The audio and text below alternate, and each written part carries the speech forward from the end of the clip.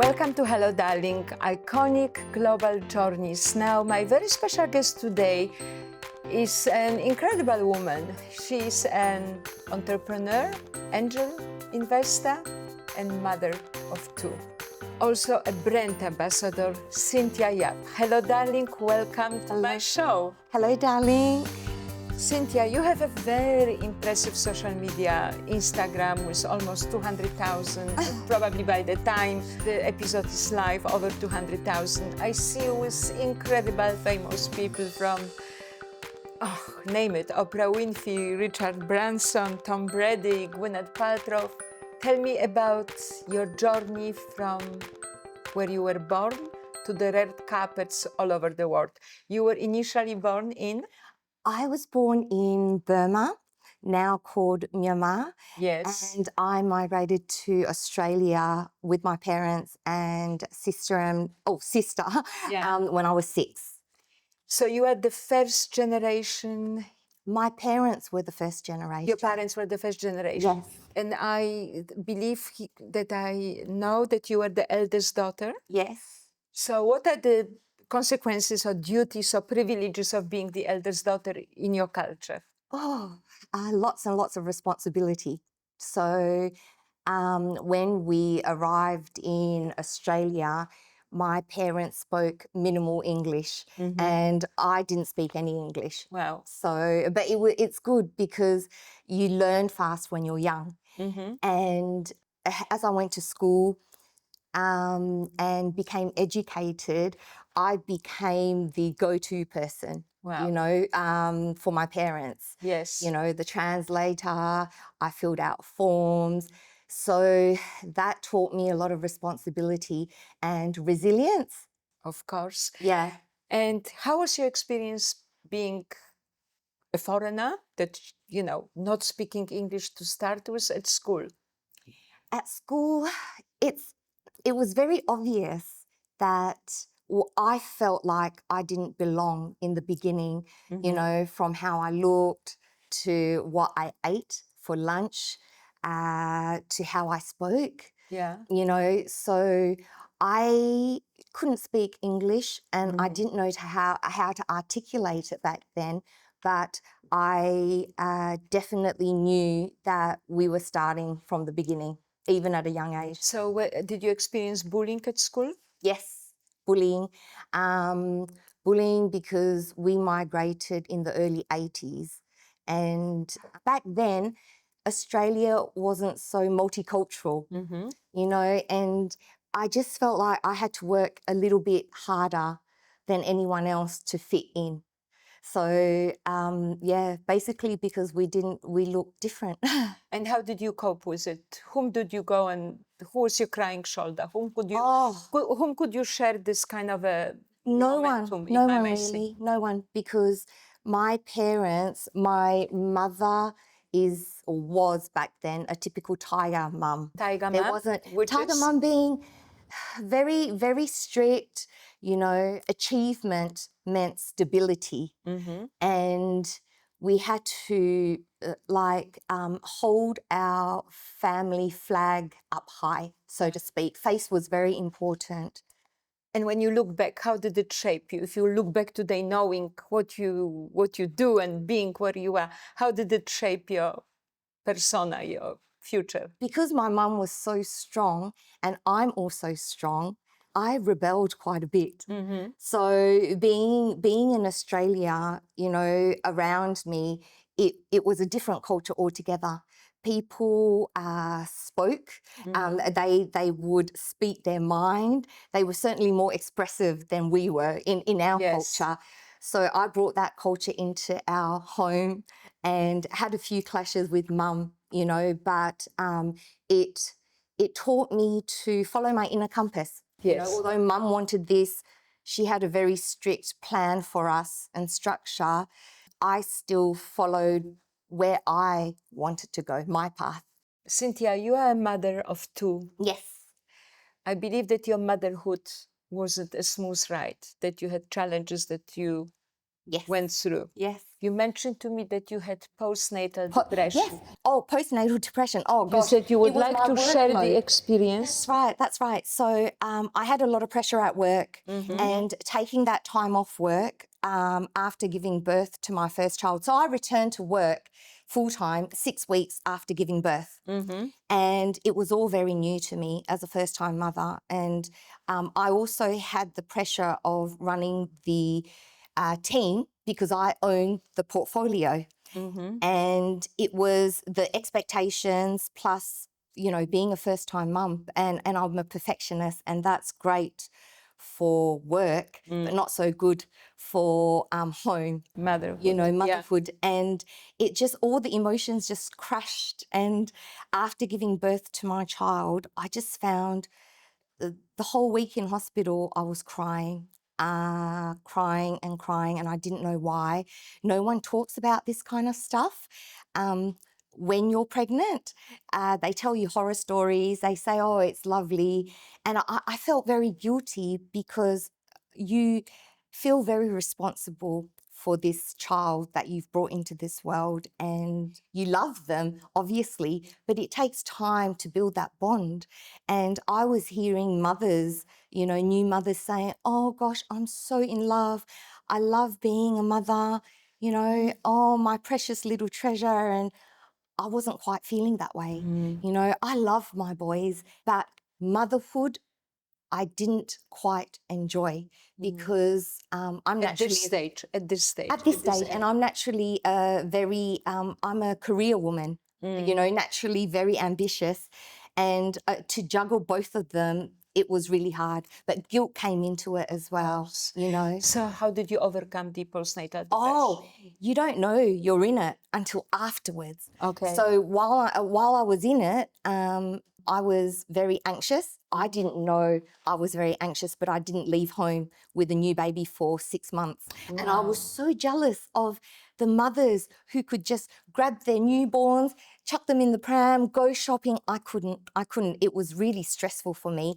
And it's not that I didn't feel good about myself, but I just thought it was very difficult in the sense that work yanked me out of the postnatal depression. So I went back to work 6 weeks after giving birth full time, and just seeing people and having that the environment that I was used to, and the interaction. Yes. Yeah, but there were different challenges with going back to work because there were the 3 different directors with the different management styles.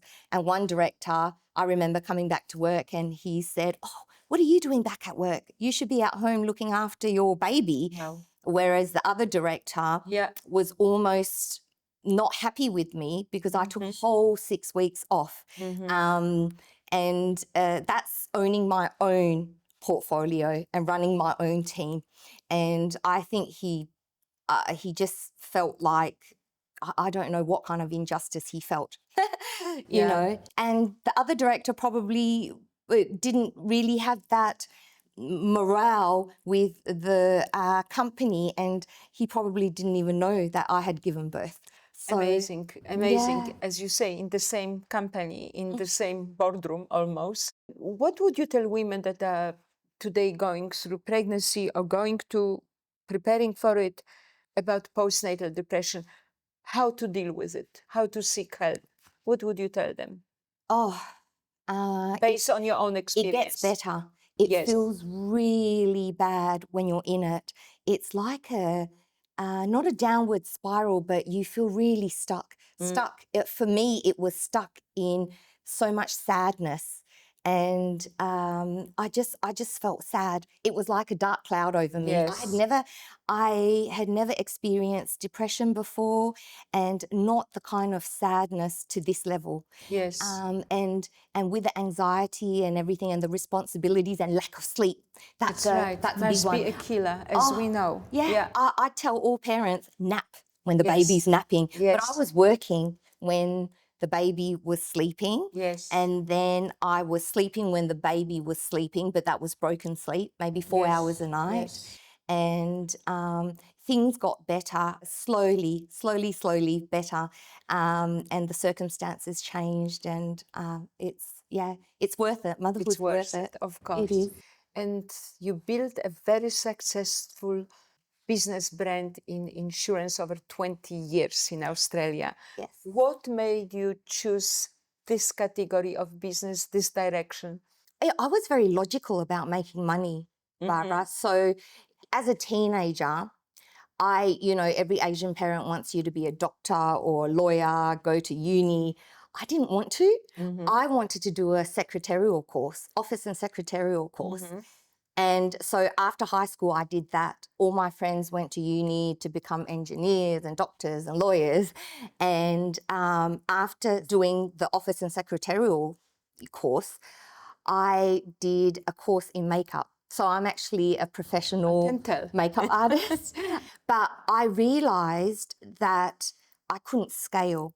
So because I started so young, I had failures and awareness of certain things that people wouldn't until they had left uni, So I started doing makeup on the weekends, starting from 4 a.m. all the way to midday, starting from the bride to the bridesmaids, their mothers, and I knew I couldn't scale. There was just one of me. If everyone wanted me to do their makeup, how am I supposed to grow?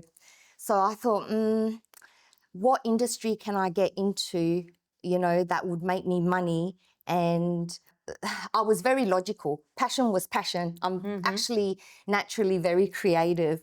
So I put makeup aside and I had an option, doing admin. I had an option to be a legal secretary, to be a medical receptionist. But like everybody else in the insurance industry, I fell into insurance and it went from there. Okay, but you entered a very male-dominated industry. Yes. What a price did you pay, being female, being in a male world, and becoming the first female licensee broker? Yes. All right. How was your journey of this journey of insurance? Female?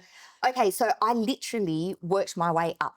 So started as a receptionist. I didn't know about the male-dominated industry or anything like that until much later into my career. How did you find out? Oh, gosh. So I started as a receptionist, moved my way up to becoming a personal assistant, and then I became a team leader and a partner, and I could see the higher roles belonged to men, in the company that I worked for. And I was one of two team leaders. I sat my boss down, lovely, Noel, and I said, look, Noel, I love working with you. After 7 years, I need to grow, and I'd love to take on some kind of senior role. And so he spoke to the director and they created a role for me. So I'm very lucky in that sense. Did you not experience challenges being a female, strong female that is going up in a male-dominated industry? Yes. I mean, I don't believe it's a joke. Definitely, but definitely. Please tell me something. So after becoming a team leader and I bought into the business, my own portfolio, there were differences. I wasn't quite aligned to what the other directors wanted, and they were also team leaders, but they were directors. So they had more autonomy than I did. So it started off with little things. I don't think it had anything to do with being female or male back then. It's just my need for autonomy and independence. And I remember in my team, I wanted to print some brochures for marketing, and I wanted colours, I don't know, reds and pinks, and the director said, oh, no, you must stick to the colours of the company, the blues and the greens, little things like that. But I found out at a larger scale how restricted it could be when I left my company. After 12 years, this company I had worked at and I outgrew. I became an authorised representative because I had my own book of business. I understand. And I left, and it was really hard to find a company that was aligned to my values and my needs with the kind of autonomy that I had. I understand. So, but you didn't feel that you had to work harder as a woman and as a foreigner? Yes. Foreigner, probably no, because I've always had the Aussie accent and I seem You to already have, were I fit into Australian. the, Yeah. culture. But in terms of male dominated, yes. Where I worked, I did have to work harder and I felt more was expected from me. I remember as a team leader, when I first started the team, started growing it, the women at the company were personal assistants and they did the processing and they picked up the calls, etc. The men got to do the fun stuff. They went out, they got to visit clients, they did the, risk analysis of the clients and their businesses. And I could do processing. And of course, I had done an office and secretarial course, so I can touch type 100 words a minute. So that's a bonus in that Yes. kind of admin role. Absolutely. But when I became a team leader, I was expected to train my own personal assistant. And when the assistant had left, I was expected to, well, I had to, I really didn't have an option. I just held the fort by doing all the processing, bringing the new business for about a month or so, or 2 months. Thank you for that. Cynthia, what made you decide to become angel investor? Oh, that was the next move, So my insurance business was the vehicle to not build wealth, but to make money, to make good money. And when you do that, you don't want to save the money, and I love reading self-help books. So this is stuff you don't learn at school. I wish they'd teach it. That's but right. I like to read about finance. I like understanding how things work. And it just made sense to me that when you have money, you want to make that money work for you. And so I started off with investing after having my own company in property. I love property.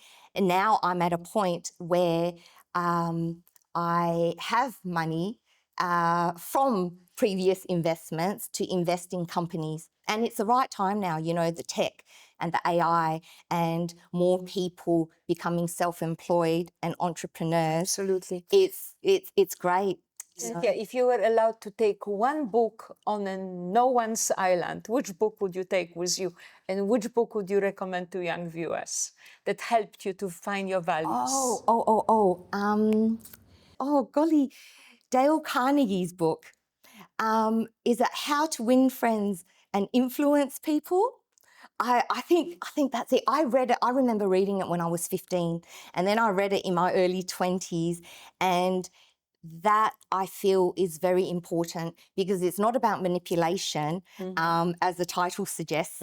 It's about connection, how to connect with people, how to understand people and manage people. Yeah. So I'd take that. Applicable in all levels of life and business. Definitely. Correct? It's a fundamental skill, interpersonal skills. So what's next for Cynthia? Oh, I'm continuing to invest in global companies. I'm connecting with global entrepreneurs, and I want to give back to the community a bit, Barbara. Yeah. So I like to mentor people. So I'm in a position where I can be in networks where I can mentor people.